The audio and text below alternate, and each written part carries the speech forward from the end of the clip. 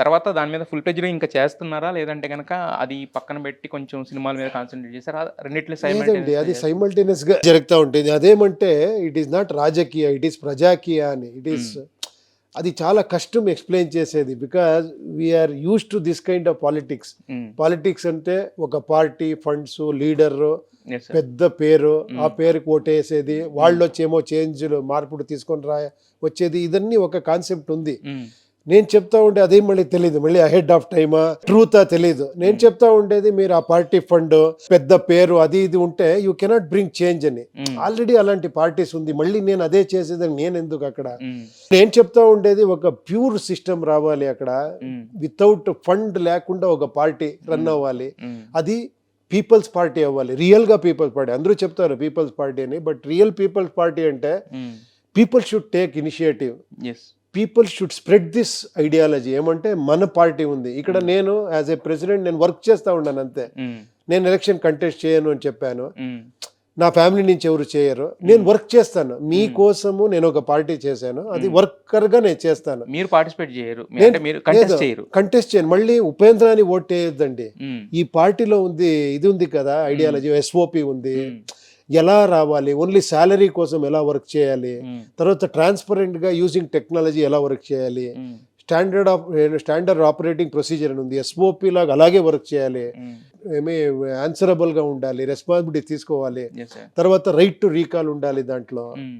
జనాలు వద్దు అంటే రిజైన్ చేయాలి. చాలా పాయింట్స్ ఉంది అది. అవును సార్. ఇది వస్తే డెఫినెట్గా చేంజ్ వస్తుంది, హ్మ్. కంప్లీట్గా చేంజ్ వస్తుంది. హ్మ్. బట్ అది ఎవరు చేయాలంటే మళ్ళీ నేను రెగ్యులర్గా వెళ్ళి అది తీసుకొని రావాలంటే మళ్ళీ నేను పాలిటిక్స్ స్టార్ట్ చేసేస్తాను. హ్మ్. మళ్ళీ నాకు డబ్బులు అవునవును. కావాల్సి వస్తుంది, అవును డబ్బులు సార్. ఉండేవాళ్ళు వస్తారు, హ్మ్. మళ్ళీ అది అలాగే అయిపోతుంది. హ్మ్. నేను ఎప్పుడూ సింపుల్గా చెప్పాలంటే ఫస్ట్ పార్టీని ఓటేసేవాళ్ళు, హ్మ్. నెక్స్ట్ వ్యక్తి అని ఓటేసేవాడు. ఓటేసేవాళ్ళు. నేను చెప్పి అది రెండు వద్దు, ఇష్యూ బేస్డ్ పాలిటిక్స్ రావాలి అని. హ్మ్. ఇష్యూ కోసం ఓటేయండి, నాట్ హ్మ్. పర్సన్. హ్మ్. మీరేమన్నా నేను ఇప్పుడు ఫర్ ఎగ్జాంపుల్ అన్ఎంప్లాయ్మెంట్ అంటే అన్ఎంప్లాయ్మెంట్ ఇది చేస్తానంటే అది చేయాలి, హ్మ్. లేదంటే నేను దిగిపోవాలి. హ్మ్. అలాంటిది రావాలి అని నా ఇది. మీకు అది ఉంటుంది ఆ! అలాంటిది ఉంటది రావాలి. సార్. అంటే ఇప్పుడు ఇక్కడ 'పవన్ కళ్యాణ్' గారు ఉన్నారు. మీరు చూస్తున్నారు. 10 ఏళ్ల నుంచి ఆయన అవునవునవును. సినిమాలు చేస్తూ, సినిమాలు కట్ డౌన్ చేసుకుంటూ, ఒక 4 రోజులు, 5 రోజులు పాలిటిక్స్‌లోకొచ్చి లాస్ట్ 2 మంత్స్ నుంచి విపరీతంగా చేసి, ఇప్పుడు ఆయన 10 ఏళ్ల తర్వాత అవునవును. ఎమ్మెల్యేగా గెలవని వ్యక్తి ఈరోజు ఎమ్మెల్యే, మినిస్టర్, అన్నీ.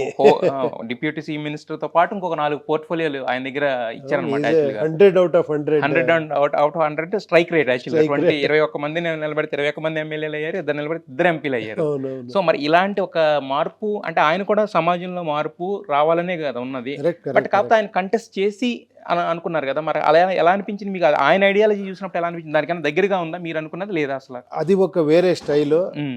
Is trying. Let hmm. Me see. నేను అదే చూస్తాను యాక్చువల్లీ డెఫినిట్‌గా. హ్మ్. అది ఏమైనా డెఫినిట్‌గా మార్పులు తీసుకొని రావచ్చు. హ్మ్. బట్ ఇది నేను చెప్తా ఉండేది ఇట్ ఈస్ కంప్లీట్‌లీ వేరే అది actually. Yes maybe it sir. Is advance. మీకు ఇప్పుడు సార్ ఇది ఎక్కడ జరుగుతుంది ఇప్పుడు అని చెప్పొచ్చు. నేను ఉపేంద్ర ఓట్ వేయొద్దండి అనే చెప్తాను. Hmm. Don't vote for Upendra. Hmm. Vote for this points.